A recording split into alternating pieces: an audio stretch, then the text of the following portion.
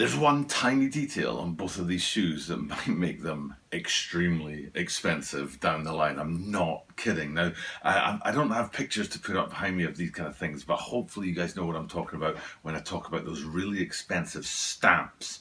Yes, I'm talking about stamps that you get on letters and envelopes and stuff.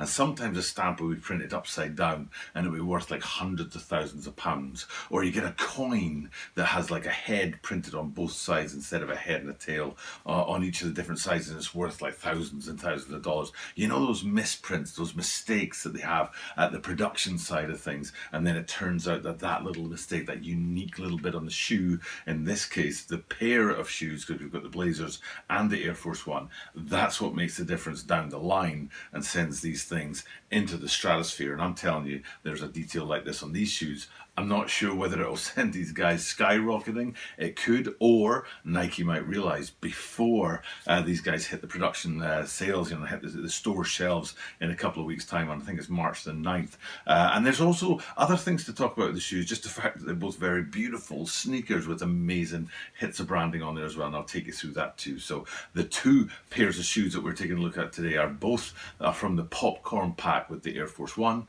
and the Nike Blazer Mid 77.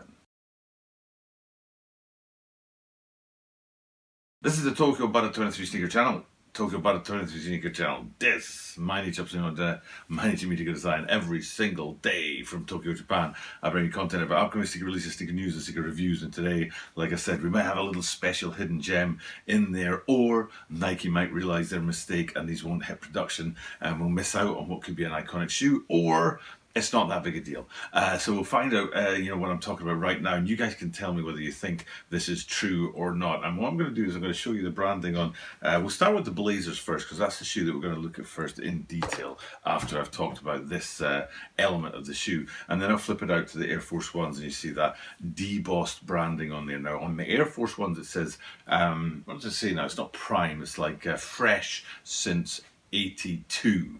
And then on the back to the Blazers, it says fresh since 77, because those Blazer mids have been around since 77, and then back to the Air Force Ones. Air Force Ones have been around since 82, and it's debossed in gold on the leather. They're not embroidered as I first thought, but it's debossed in gold. Now the fact that the detail, the tiny little detail, and I'll find the best shot I can to show you what I'm talking about, the tiny little detail that might be a mistake they don't realize until it's too late, is all about the numbering on there. Now, when you're doing years, when you're talking about the years of something, people often just talk about the last two digits. So I was born in 1976, but you'd say I was born in 76, and you drop the 19 off of that. Or you could say that the Bread 4s were reissued in 2019. Would you say just 19?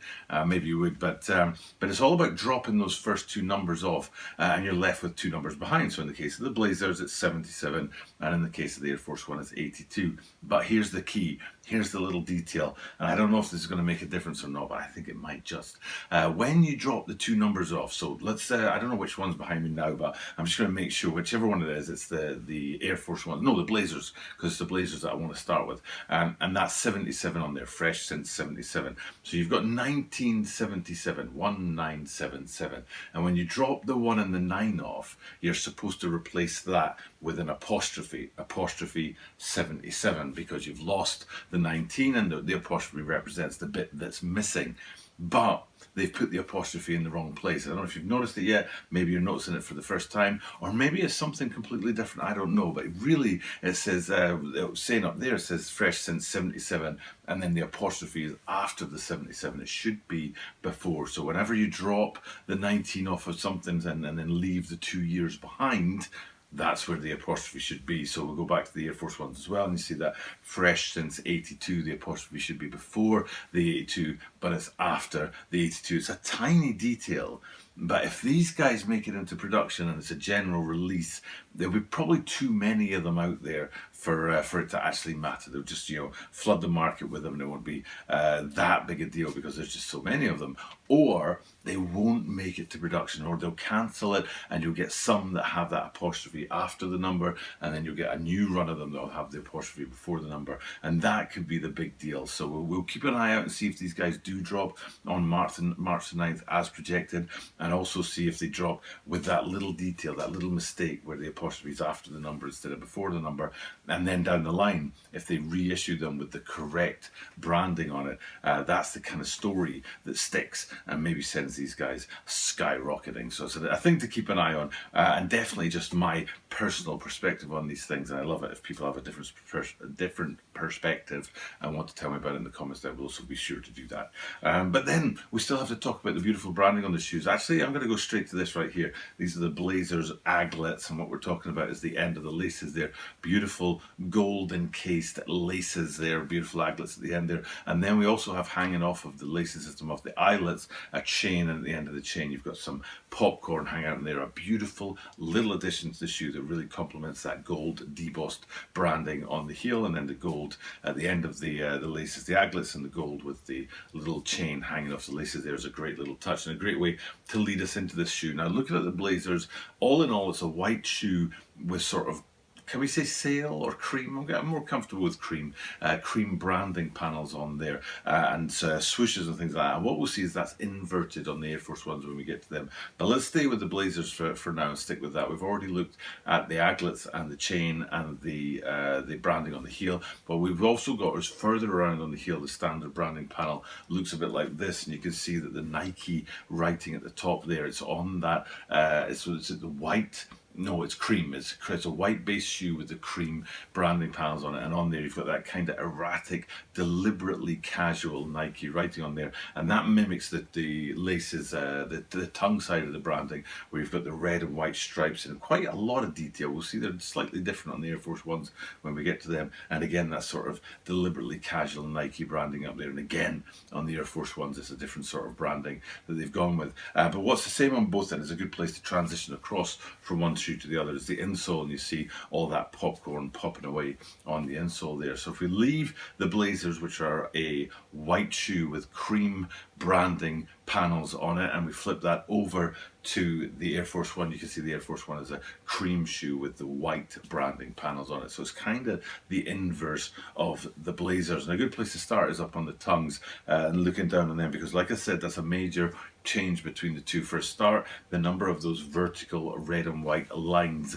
striping the tongue has been reduced, and a lot less busy up there on the tongue branding, but still you've got that deliberately casual Nike branding up there with a little bit extra. It's not just Nike, but also a little bit extra up there as well, which hopefully you're seeing here. And it's not too hard to pan back from that. We've already talked about the popcorn insoles that match on both shoes, but then when we go around to the back of these Air Force Ones, you can see again that deliberately casual branding on the back and that little branding panel there, which is now in white because the base of the shoe is cream. And then I also found a really bad picture, to be honest. This isn't a great picture, but it still illustrates the point that the aglets on the Air Force Ones are as gold as they are on the BLAZERs, and they also have that hanging chain with the popcorn, I think two kernels of popcorn at the end of the chain there. One thing I haven't seen yet, which I don't think these shoes are going to have, but I might be wrong in this, is a Dubré usually, or often, usually it's too strong, often Air Force One will have a Dubré at the bottom of the lacing system that says AF1 or something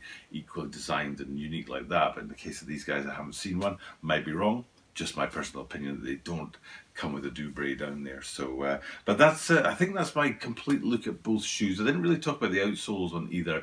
Let's bring up the Air Force Ones just now, which actually reminds me one thing that I'm missing. We're looking at the Air Force Ones now, and I think I'm right in saying it's a sail outsole. But the reason why that triggered something is because I always look at the branding down on the heel and the mid sole, and usually that's a good place to have a bit of contrast. So they've gone with this sort of sandwich effect where you've got the kind of cream up high, white midsole, and then the cream down low. But on that white midsole, you've got the cream branding air and the line that runs around there. And it's a point I make when I talk about Air Force Ones is always to look there and see if it's the same as the midsole or different. In the case of these guys, it's different, and I think it very much works. But that's it. Yes, I think that's it, everything there was. We'll quickly flip back to the BLAZER outsole just to give you an idea what's going on there, because that's also not quite white, something like sail or off-white or something along those lines. And then back out looking at both shoes, great shoes, very beautiful shoes, Great materials. They both seem to be made from high-end leathers, beautiful shoes. Love the way that there's that inverse between the white Blazer with the cream branding panels and then the cream Air Force One with the white branding panels. I think that's a very cool feature. But what is, like I say, the big deal on these guys is whether or not they've misstepped on the branding that you see there with the Fresh Since 77 apostrophe and Fresh Since 82 apostrophe. Will that make a difference? Or people won't care at all? Or Nike will fix it before we see these shoes in hand at all? I don't know. But it's an interesting little detail, something to keep your eye out for. Hopefully something you enjoy about this video. I think I probably named this video something like 2 for 1 because I was giving you the Blazers and the Air Force Ones side by side. I could have done that as 2 separate videos. And I seriously thought about doing it as 2 separate videos because there's so much on both shoes. But they are a nice, neat pack. And I thought I'd put them together in one video. So for now, that's it. That's me checking out the video for today. Thank you guys for checking in, having a look at the content. You know I truly appreciate it. And I'll just leave you with what I do at the end of every single video, which is remind you I do this every single day. And that means that you are guaranteed to see me tomorrow.